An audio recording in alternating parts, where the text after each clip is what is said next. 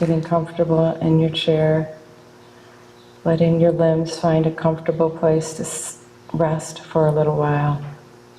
And I want you to use your imagination and pretend that you are on a hill and it's evening time and the stars are out.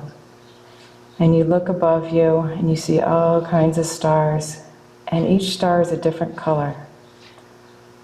So there's just a full range of colors out there. But there is one color that is calling to you, one color that you need in your aura, one color to enrich you. Your heart knows which color this is, and that light that you're calling comes down to you. That particular lighted star, whatever color that is, that ray of light comes right down into you and fills you up. Feel the color surround you, filling you, embracing you, being infused through your whole body and into your cells and into your energy. Allow that color to fill you until you are completely filled with that need for that color. Can you feel the color expanding within you, your aura expanding? The harmony of this color with the other vibrant colors already going on in your energy field.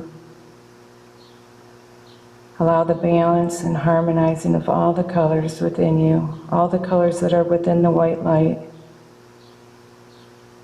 Feel it, the vibration getting stronger and clearer.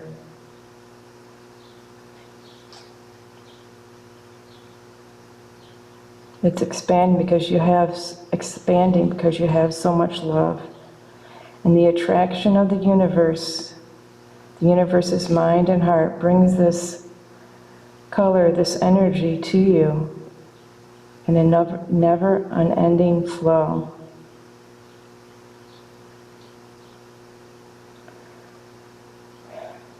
Now as you feel that shift in your energy field, that you are now wholehearted and wholly balanced.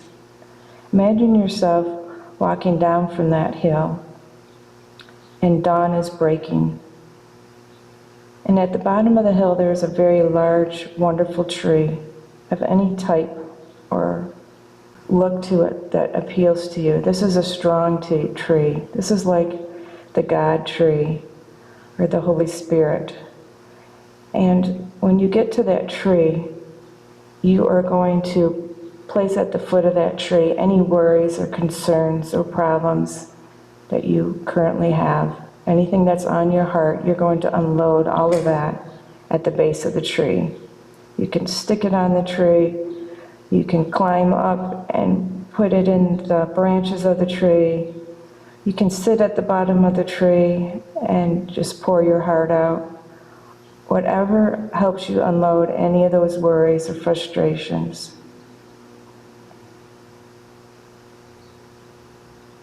This tree will take any worries at all and accepts anything that you would care to leave there. And when you're starting to feel your heart is unburdened, you are going to walk from the tree and you see in front of you your guardian angel. Your guardian angel is waiting to wrap golden wings of protection and love around you.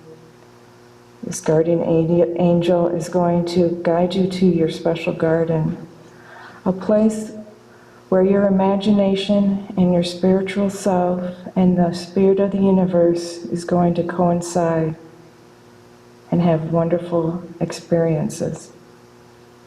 Everyone has their own guardian angel, and that guardian angel takes care of you, protects you, guides you, reminds you you are never alone, and that there is this non-physical reality as well. It's important, very important to remember this and to know that you have someone and a universe who looks after you with extreme love and infinite care. This space between the tree and the gate of your garden is your own space where you walk with your angel and you can imagine whatever you would like on either side of you as you're walking to the gate of your garden. You can imagine a wall for the garden, and it can be made up of whatever you want, gems, fieldstone, whatever elements you want, or nothing at all. Maybe it's just bushes and trees, flowering trees. Together with your guardian angel and any other holy beings that you want to accompany you, you're approaching the gate or the door of your garden, and that too can be of your imagination, can be of any substance, size, texture, or shape. Relish in the details, to take yourself there and to let your heart be your guide. This embellishment and imagination activates your heart and allows that to be the predominating vibration of your awareness.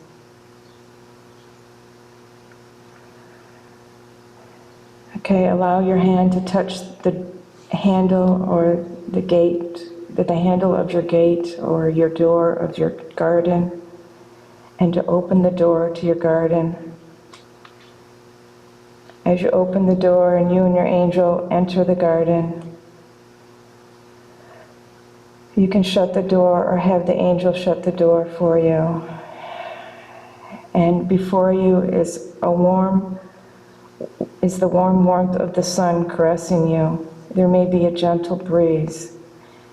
There may be sounds that you hear. There may be smells or colors that are vibrant. Whatever you want, whatever desire on your heart, whatever your imagination comes up with is perfect. Allow it to come to you. Be in a receptive mode to let creativity and imagination activate and give you love. I want you to feel the peace that is flowing in your garden and the gentleness of all who live there. There is nothing in your garden that can harm you. Each and every creature lives in harmony with the others. And you can go in any direction in your garden. You can go straight, you can go left, you can go right. You may even have more than one thing going on in your imagination, and you can save one of them for the next time you meditate. And now you can decide if later in the day you want to go back here and finish this experience or continue this experience. You can say goodbye to any animals or people or even fairies and elves, and anything can live there in the garden. Knowing that that garden is there for you to enter again at any point in your day, or as you're going to sleep, or if you wake up in the middle of the night. So now go ahead and bring yourself back into your body and into your consciousness, but not forgetting this awareness, holding this open space that you have now, carrying this with you into your physical expression. That was a meditation from a book that came from Pat Greenwood, another one that came from Pat that I have at home that I didn't realize where it came from, but she used to teach these to my kids when they were in YOU, or in the youth here at Unity. And I've been using that for years. And it kind of blends into another visualization tape that I use. So I highly recommend doing that kind of thing, just to open up your imagination and to help find answers. And so that's what my talk is today, is using the imagination, creativity, your non-physical self to solve the problems, to find your way through life. For instance, when doing that meditation, when I put things at the base of the tree, I imagine that the tree is so big that its branches go over the wall of the garden.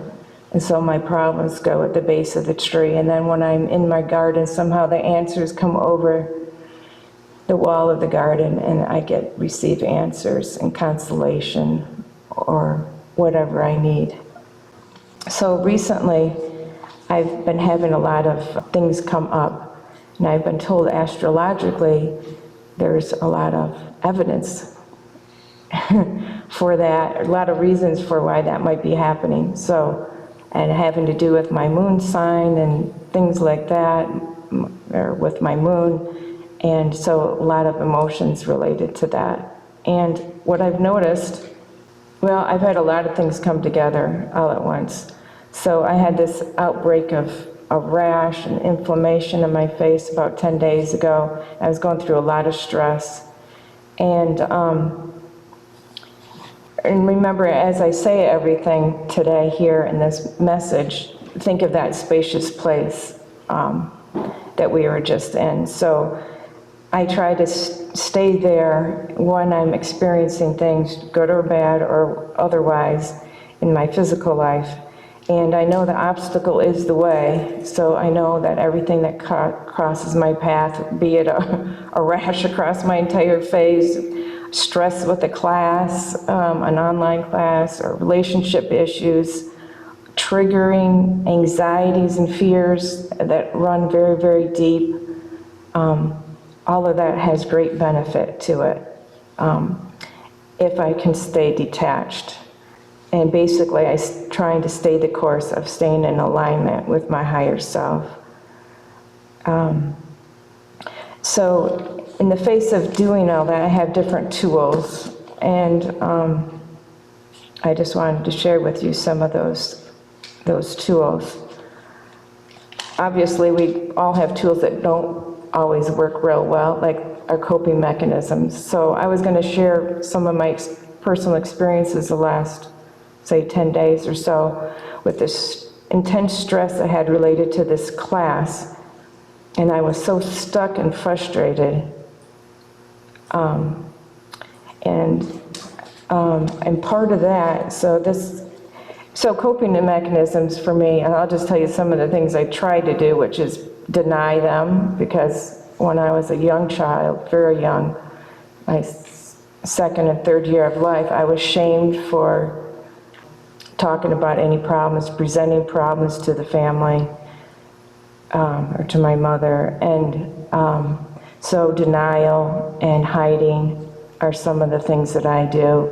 Eating is one of the things that I do for comfort. And so I'm sure we all have our codependency is one of my things, and I did that in the last 10 days, and that was very interesting. I looked outside myself. I went to a psychic. I thought I was talking to one psychic I've talked to before, but lo and behold, I ended up talking to somebody else by the same name, but comes out of Chicago, and it ended up that I ended up giving her money through Venmo, and then it didn't work out. Like, I was getting scammed. I had to call the police. They came out. For some reason, she picked up her phone, got scared, sent me back my money. But it was such a huge lesson. I was so ashamed about my desperation and my willingness to look outside myself and believe stuff outside myself as having more power and guidance than my own inner being and guidance. So those are, coping mechanisms are things that we get good at, but they aren't for our highest good. So some of the positive tools that I use, one of them is this book, Metaphysical Anatomy. And so as I was telling you, I was having frustration about this rash. And so this book has everything in it. I've used it many a times. I've used it other people. I've used it with students once. Bleeding noses is anxiety of performance. David, I don't know if you've seen this with maybe not, maybe yourself, maybe not, but with students. But yeah, I've had a band teacher come to me about this, talk about this. We talked about it. She said, oh, that fits perfectly with the situation with this student. But anyhow, I feel like there's a lot of what's the word I want to say? Relevance, thank you. Thanks. So anyhow, rash was someone or something is causing you a great deal of frustration.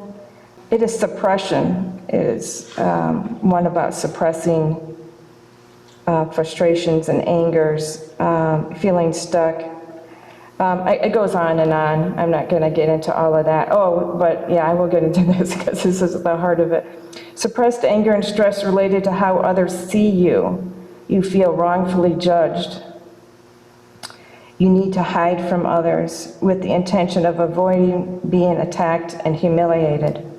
So given what I had already said about my toddler years and therapeutically, that's kind of where I'm working at, so this made sense. Anyhow, so I used this book, so that made sense to me, and I had to work through some of that, and I journal, and journaling is a great thing for me as far as when I feel the trigger. So a lot of times a current situation or eruption, going with the rash analogy, is just linked to some old eruption that was suppressed, wasn't healed, wasn't dealt with, and it's an opportunity. Like I say, the obstacle is the way. It's an opportunity to heal. And through the healing, staying the course, staying in a metaphysical mindset, in the end, be stronger and healthier for it. But sometimes going through the eye of the storm can be tricky and daunting and scary. So, and I'm sure this is nothing new to any of you, what I'm saying. But I found this in a little flip calendar from Marianne Williamson, and I copied it and blew it up. It says, intimacy is where we are willing to move so deeply into love that the demons do not deter us from our conviction to make it through to the light. I had such a strong combination of issues that I was kind of stuck in fear, and I didn't really even want to see the light.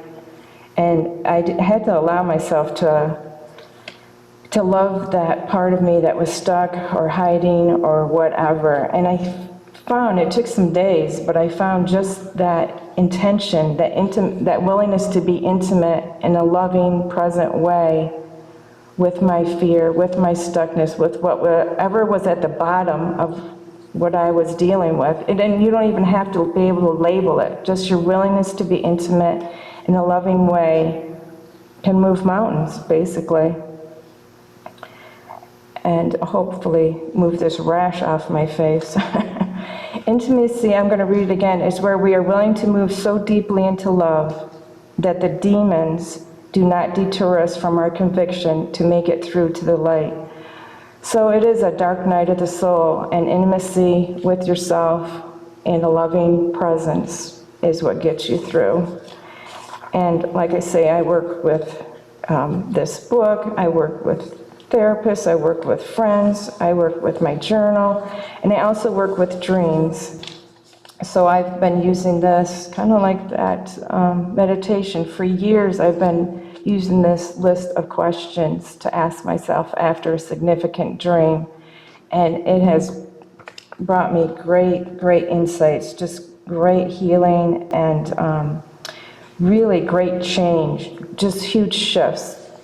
And something I would never have known from the outset at the surface level of the dream. So I made copies of this, and I will leave this out if anybody wants to use that. So I worked through that this morning. Sometimes, I rarely write them down. Today I did, this morning I did for some reason, but usually I just say them out or think the answers in my head and go through the list. And I'm just going to look over my notes to see if there's anything else. Reiterating that everything is metaphysical. Everything is a metaphor for something deeper, an opportunity to use your imagination, to go to your higher self, to expand your heart in places that it wasn't before. So I just encourage you, when you're having those dark nights of the soul, to be patient, to don't think about the details, to turn them over, to stay open-hearted, to not worry, to not plan. Let all the planning and the thinking come and go, and just stay the course of being open and using other tools, metaphysical tools, to help you. Thank you. This is kind of a tricky subject for me because it calls on vulnerability. It calls on transparency. And, you know, in the group of people, there tends to be a mask of looking good, not totally being vulnerable to what's going on. And when I'm feeling really nice, you know, that's great. But sometimes I'm not feeling really nice, and that's difficult to be honest about that. So I'm just going to mention that. I felt some shame earlier this week and didn't know it. You know, something was going on with me. I wasn't happy, I was grumpy, you know, I was feeling hurt somehow. And so I took some time to meditate and to spend some time with myself, try to follow the feelings, what's going on. And after about an hour, there it was. I'm going on travel soon, and I felt some shame about myself and how I would present myself, especially to a man and a woman that I'll be seeing. In fact, I'll be seeing them today. And I was concerned about how to address, how to bond and meet this man that I'd never met before. And I felt self-conscious, you know. This man is very wealthy, he has so many things, he has a place on the lake, and I was feeling less than. When I was able to see that shame, then I could build a relationship with it. So I guess to me, to see it and to name it opens the door to build a relationship. And in that relationship, I was able to say, kind of what Teresa was talking about, to address that part of me lovingly. To say, you know, I say, it's okay, I'm sure he'll be fine. We'll touch base on things that we do have in common, you know. And I was able to, well, I was able to feel better. It was almost as if there was a little healing there of hopefulness, and that everything's going to be okay, because I was able to go deep to that hidden part that didn't want to reveal itself, and to see that, and to talk to that part lovingly, to meet it. So I guess that is about the relationship with me. And then after that, I felt better. I felt more engaged with life. I started to follow my passions and my goals, and then picked up. So I just wanted to share that. So I know this is difficult things to talk about, but we're here for connection. And sometimes that means not hiding ourselves. So I'll pass with that. This is Dave. Thank you, Teresa. It's a beautiful lecture, discussion as well, moving seamlessly into the month of June through Dan's talk of the 12 powers on imagination. As a teacher, especially of music, imagination and the ability to create is almost central to what I do as a performer and what I'm trying to get from my students as a teacher. So it was interesting to hear Dan's list of how to take the imagination and create it, and to manifest it.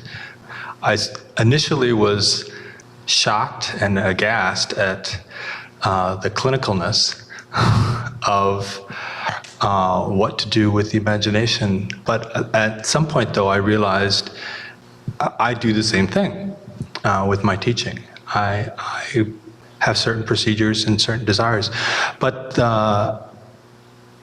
the manifestation of these of this imagination through this list that Dan has, this list that I have, is not actually the imagination itself. It is making that which you imagine manifest.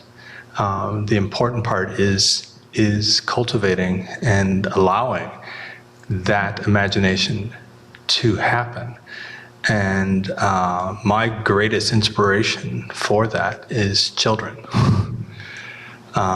They have imaginations unlike anything, literally, that I can imagine. I love playing with kids, and they can create games and rules for behavior right on the spot, and will take the same kind of rules and whatnot that you throw at them as gospel truth for that moment. It's really fun and exciting, and anyone who truly wants to exercise their imagination, I would just say play with children, plain and simply.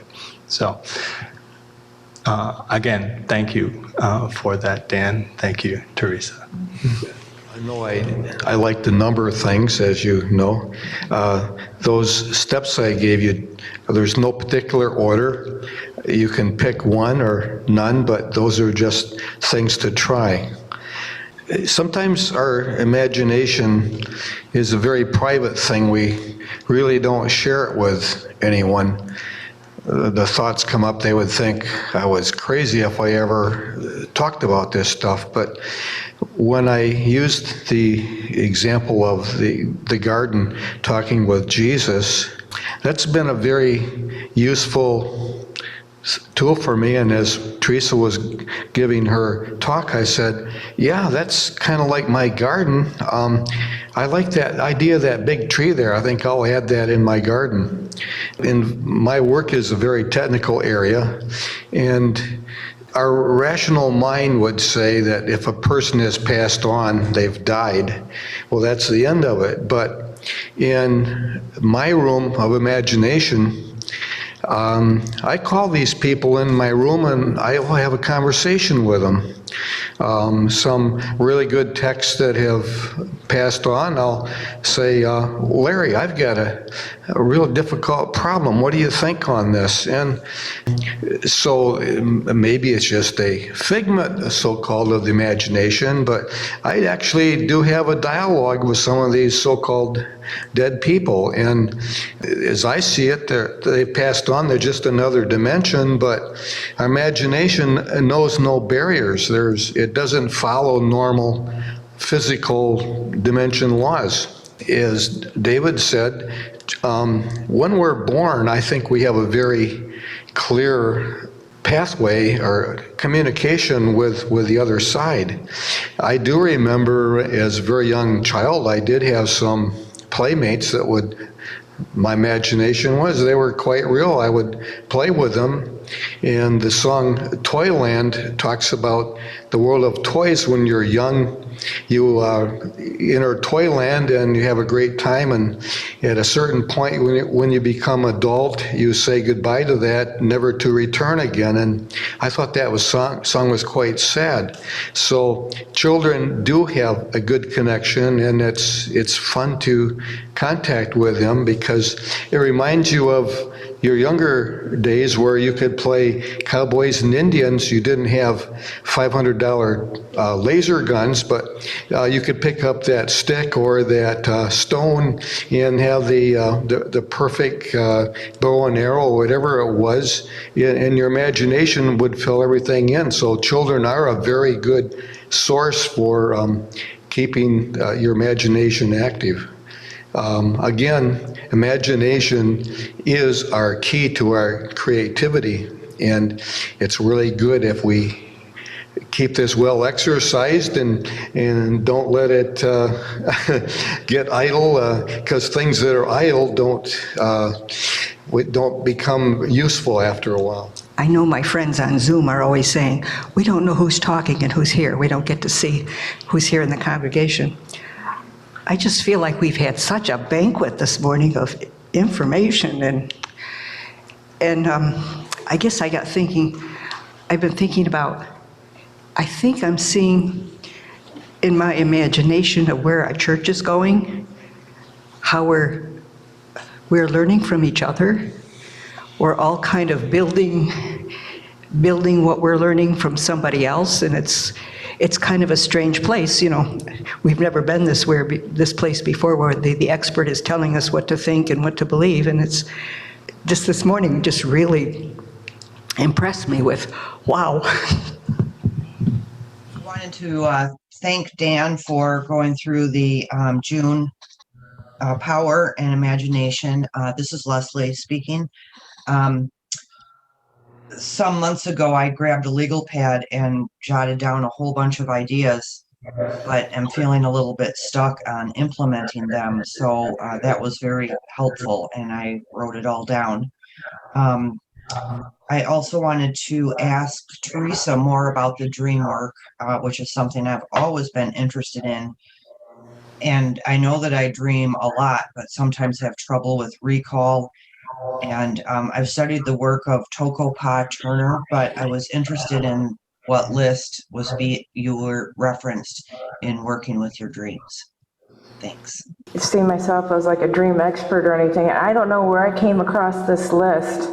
So it like didn't come from a book that I read or anything. It's just something I've used and it's worked. So I'll be happy to send it to you if you want to somehow get me your email. Or it's probably in some list I can get it from if you'd like me to send it to you. Actually, back I like to write, I like to do the black on white. There it is. Because it shows up dramatic really quickly on black paper. You know, it's kind of busy, but, and you got to turn it around and around to look at it, right? I just thought that I have something to say about this subject because I use my imagination all the time, and I manifest it in my artwork, and I think in pictures. If I could paint all the pictures I see, you know, I don't have time to do all that I actually see in my head. But I think of it, people sometimes ask me about, like, how do you do that? And I always tell them, think about a baseball player. Learn to hit that ball. After a while, you get muscle memory. You get that in your art too, in your music. You just can do it. You know, and the more that you use that, the more it flows. And so I keep myself open to that all the time. I keep my supplies around me all the time. And I try, and I get inspiration from the church a lot. I was working on a piece yesterday. The other thing I want to say is when I'm really working on a piece that is, I'm engaged and I want to finish and frame, it's kind of a form of praying or meditation because it takes a long time, But you can see it grow and it tells a story, so you're engaged in it, But this is something that I try to use my drawing ability. I have it. And I feel like I've got to use it. It has to be used. I just can't, so many people tell me I used to draw in high school, but I haven't anymore. And I kind of feel sad for them, because they'll say that they like it and they wish they could do it again. Well, pick up a pencil. One thing that I learned a long time ago is if you make art, you're an artist. Nobody has to tell you anything different. You've made it. You're an artist. I tell that to the children. I used to work with a lot of children. I had to retire because of the pandemic and everything. And so now my grandchildren are getting my attention. I've been vaccinated and I see them a lot. And I'm working creatively with them. So that's a wonderful outlet. And they always take it in a different direction. I was telling you before, you give them something and they'll expand on it. So anyway, but I pray for you and your rash because I'm going through the same thing where I have skin issue, and it's a really difficult thing to deal with, Lots of moisturizer, lots of attention, Check out the book if you want. Yeah. So, well, thank you. I hope I said something productive. Thank you.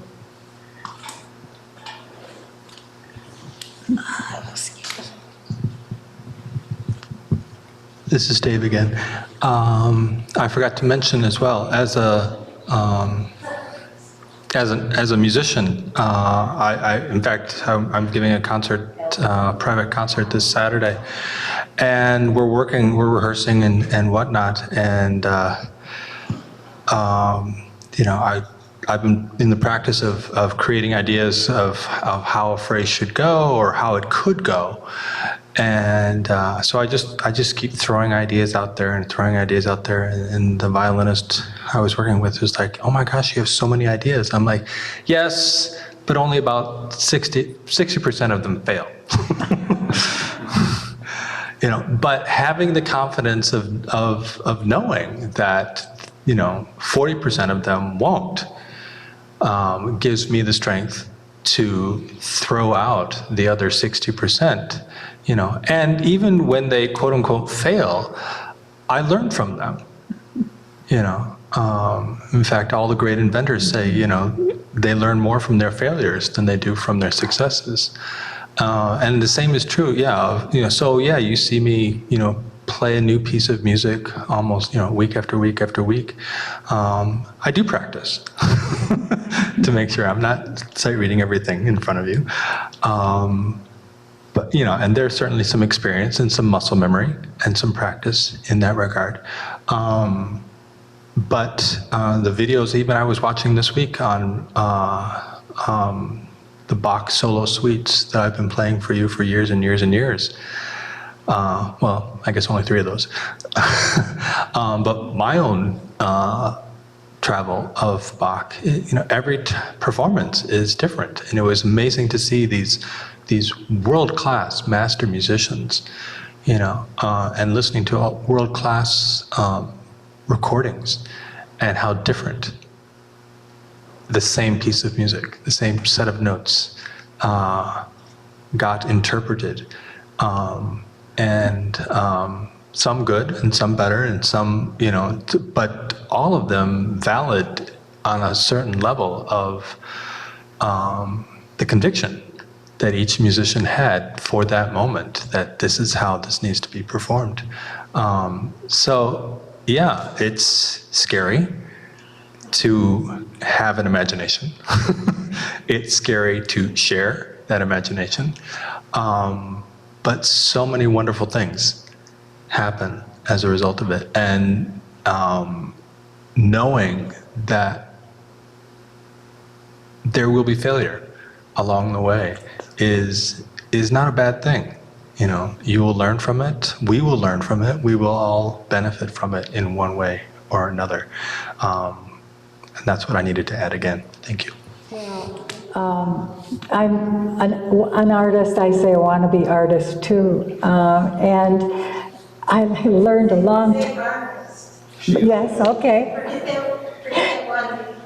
Well, I have to say that I learned a long time ago to accept the ones that were not as, maybe the way I would have liked them to come out. But the thing I wanted to share with that is I love them all now. I hang them all on the wall.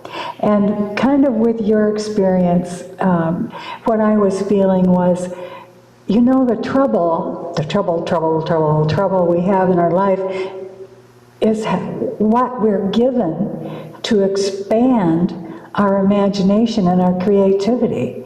That's why we're here. So all of those things are blessings. They really are to me, and I love them. I love them now. And I think that's what we're trying to learn in the Course in Love, is that it's all okay. It's all okay. And I have found, though, like you say, using the muscle skills that you learn with music, with playing, the cello or the piano, and also drawing and the experience that you accumulate. But there's also a part where I say, I trust my higher power. I trust the universe.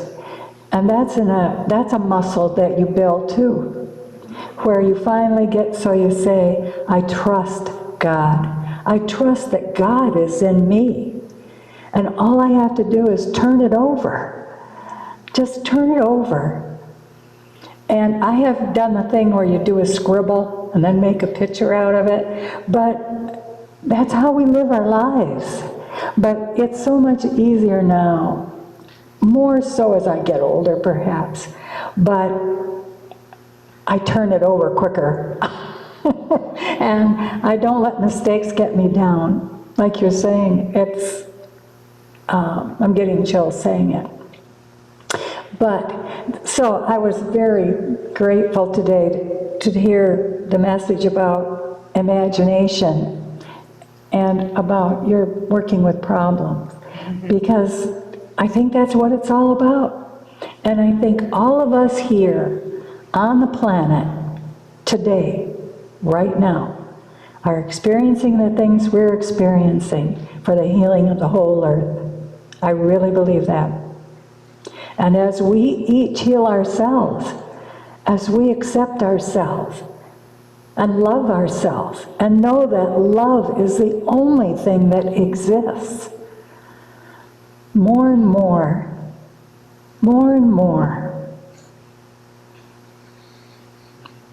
I just let it flow.